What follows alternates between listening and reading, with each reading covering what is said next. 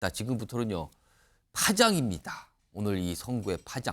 일단 화면 좀 보겠습니다. 이게 가장 큰 관심사였죠. 이렇게 됩니다.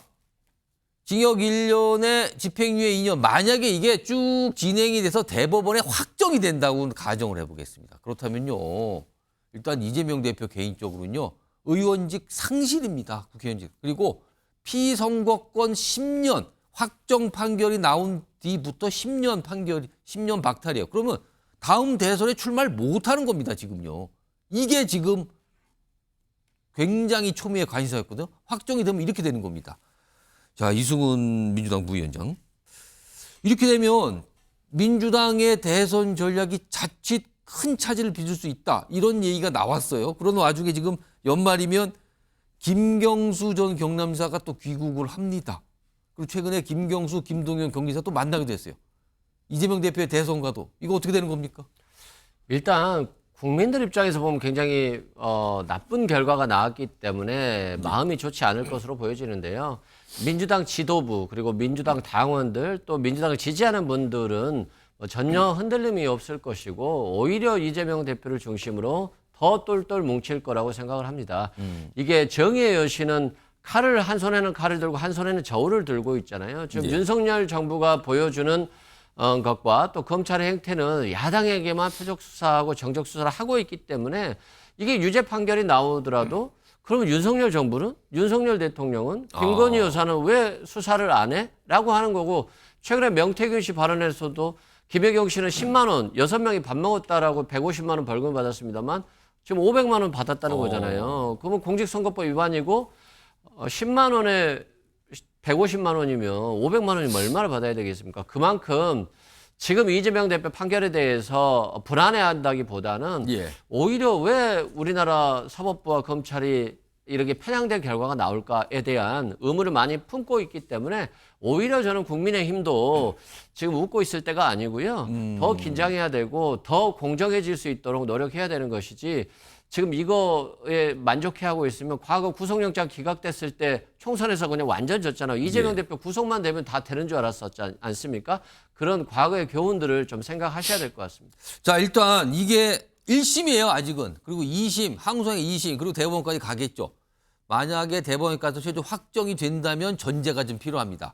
그렇다면 이재명 대표의 대선 도전에 엄청나게 큰 차질이 생기는 상황이 되거든요. 일단 1심 결과가 오늘 나온 겁니다. 그런데요. 이재명 대표 개인뿐만 아니라 민주당 차원에도 굉장히 큰 부담이 다가올 수 있다는 거예요. 이게 확정이 된다면요. 화면 보겠습니다. 바로 이겁니다. 대선 당시 선거 자금, 그러니까 선거 비용을 쓰면은 이게 국가에서 보존을 해주거든요. 근데 이게 434억 원입니다. 이거를요, 이 오늘 나온 1심 판결이 그대로 확정된다면 이거를 다 반환을 해야 된다는 거예요.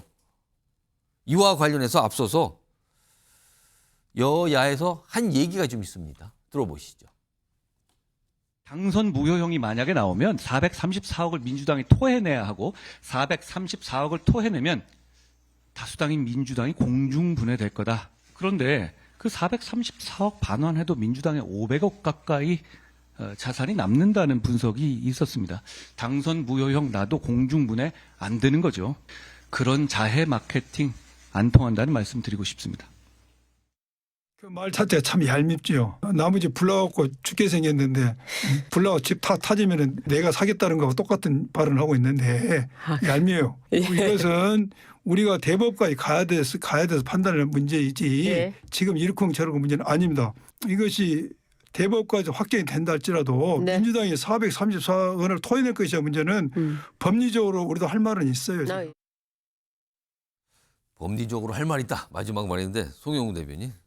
민주당도 만약에 확정된 민주당도 재정적으로 엄청난 위기가 되는 겁니까? 큰 위기는 없을 걸로 봅니다. 위기가 아닙니까? 조금 전에 한동훈 대표 그 발언 중에서 그 434억 원을 반환해도 500억 원 정도 남는다고 하는 분석이 있다. 그 분석을 제일 처음 한 사람이 접니다. 그건 어떤 기준에서 분석이 근거를 나왔습니까? 말씀을 드리면은 예. 민주당은 홈페이지에 가면요 공지사항란에 각 분기마다 그 회계보고 결과를 올립니다. 공개가 되어 있습니다. 자, 올해 6월 30일 기준으로 상반기 말 기준으로 민주당에 492억 원 정도의 정치자금 잔액이 있습니다. 작년도에서 넘어온 돈이 322억 원 그리고 상반기에 620억 원의 수입을 얻어서 450억 원을 지출하고 170억이나 남았습니다. 그럼 그 이른바 현금이 그만큼 있다는 겁니까? 현금성 자산이 그 정도 현금성이. 있는 거죠. 그래서 합해서 492억 원이 있고요. 오. 그다음에 민주당 당사가 또 별도로 있지 않습니까? 아, 건물이 있네요. 그렇습니다. 2016년에 192억 5천만 원에 샀습니다. 그때 150억 원 대출 받아 샀는데 중앙일보 주말판, 중앙선데이 7월 6일자 보도에 의하면은 그 대출은 다 갚았다고 해요. 오. 그리고 구입할 당시에는 공시기가가 40억이었는데 예. 지금 공시기가는 93억입니다. 오. 공시기가 인상률을 실거래가에 대입을 해서 계산해 보면은 지금 당사 시세는 450억 정도 될 걸로 추산이 돼요. 오. 물론 전세권이 한 12억 정도 설정이 되어 있기 때문에 예. 그것 빼고 계산하면 438억입니다. 그러면 438억에 아까 말씀드린 그 492억을 더하면 930억이죠. 430억 정도 반환을 해도 한 500억 남는 거죠.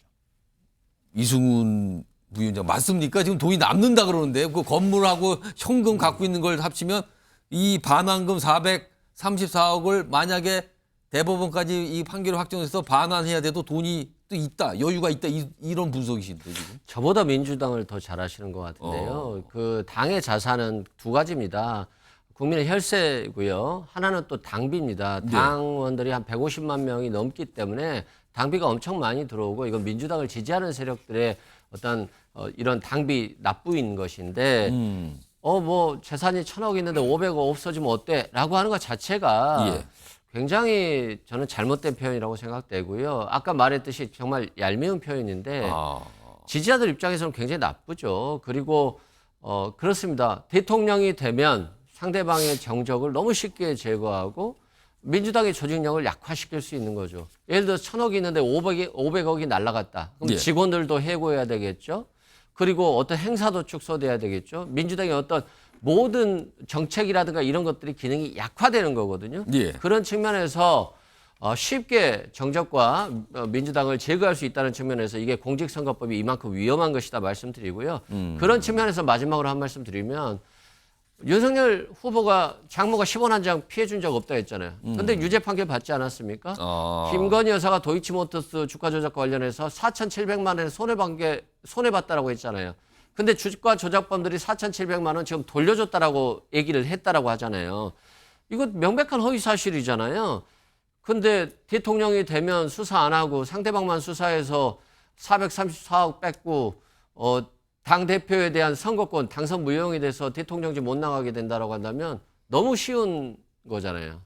이런 식으로 했을 때 국민들이 이 저울이 공평한 저울이라고 생각할까요? 그래서 저는 이번 판결이 사법부의 판단은 존중해야 되지만 예. 오히려 국민의힘의 위기로 다가오지 않을까 싶습니다. 제가 짧게 한 가지만 반박을 드리면은 434억 원을 뺏는다고 표현을 하셨는데 지금 민주당의 이 재산은 다 어디서 온 거냐면요.